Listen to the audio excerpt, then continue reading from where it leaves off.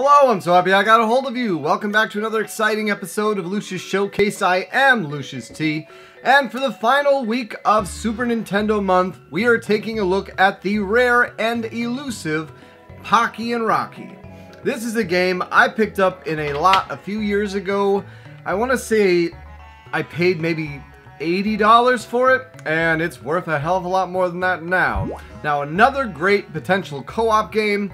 Now, Jenn, unfortunately, isn't here for the review like Goof Troop, but I did have her play about half the game with me, and we had a great time. So, what do I think about it? Let's find out. There's a lot of games out there, some of which you've never even heard of. That's where I come in. I'm Lucious T.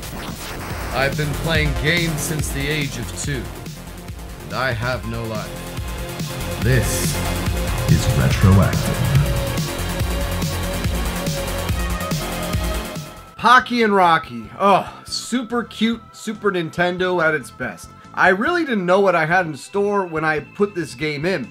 It's really a lot like a game I played called Twinkle Tail, which wasn't released in America, but is a sort of a shooter, but it's a free-range shooter where you can walk all over the map. And that's the closest thing I can say Pocky Rocky is. You can play it with 1 or 2 players. You can pick as Pocky or Rocky, and then if you have lives available, one or the other can drop in at any point throughout the game. There's unlimited continues, which is great because I played it on normal. And it's definitely one of those games where it's not the hardest game in the world, but for 2 players, you're going to need a lot of coordination just because the way the game works is you pick up power-ups. So the power-up are either the blue power-up, which gives you more of a spread shot, or the orange power-up, which gives you a powerful fireball. I gravitated towards the blue power-up all the time, just because I found that attack more useful than the red one. The red one makes you more limited, where you have to be looking enemies directly on.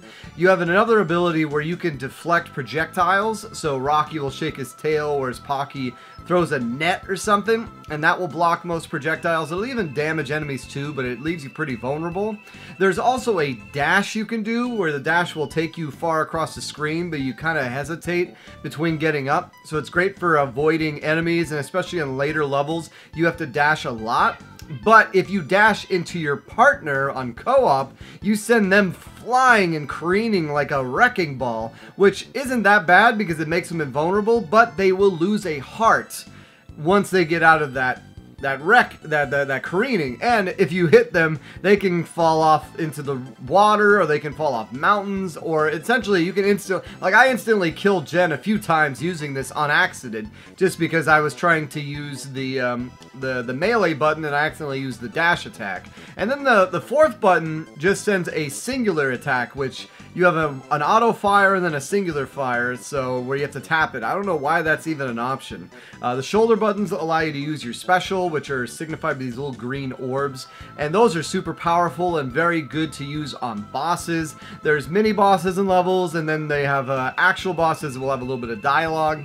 Sometimes you have to fight the same boss a few times in the same level, but it's very much a pattern recognition game. Getting through the game the first time with Jenn, we played the first 3 levels, and then on the 4th level, we just were getting our asses kicked. It was late in the night, and finally, so we just went to bed. At that point, I knew there was not much of a chance for us to beat the game for the first time together without spending a lot of time, and my wife doesn't have all the time in the world to be playing video games like me. She's not an idiot.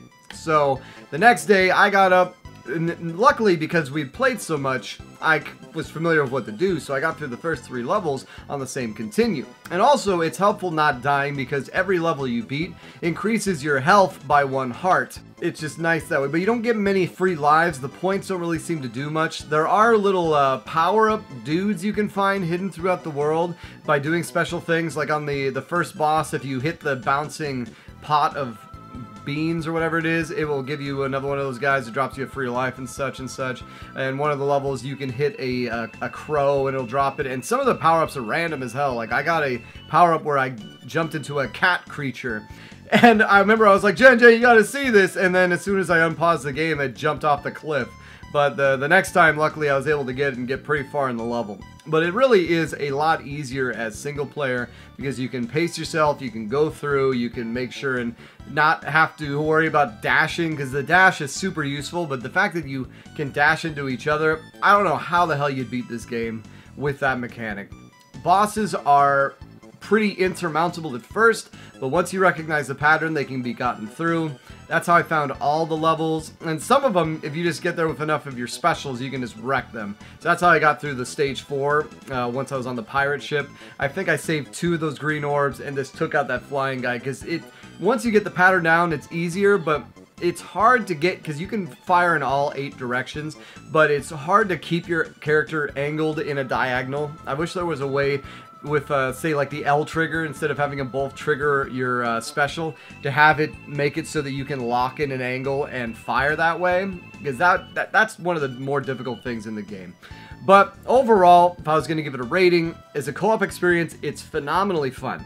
Phenomenally fun. Single experience, it really gets those shooter juices flowing, and it reminds me a lot of Twinkle Tail, which I liked, and it's also making me think maybe I should give some of these shooters more of a shot. If I was going to give it a rating, I'd probably give it an 8.75. That's what it feels like. And as far as pick it up, emulate it, or skip it, I would give this a wholehearted pick it up if it was cheaper. Yeah, I just can't justify spending, it's like $170, something crazy like that. So definitely emulate it. And there you have it, Pocky and Rocky. Really solid game. There is a remake of it coming out sometime this year called Reshrined. Definitely the way I'd recommend playing this, just because the original cart is so expensive. Super happy to have it in my collection, but there is just no way I can justify buying it now. And the sequel, forget about it. But let me know what you think of this game. Let me know if you've played the sequels. I know there's also a third game that's pretty collectible as well. I think it's Pocky and Rocky and something else for the GBA or something like that. But yeah, let me know what you thought of this month. It was fun kind of doing another themed month.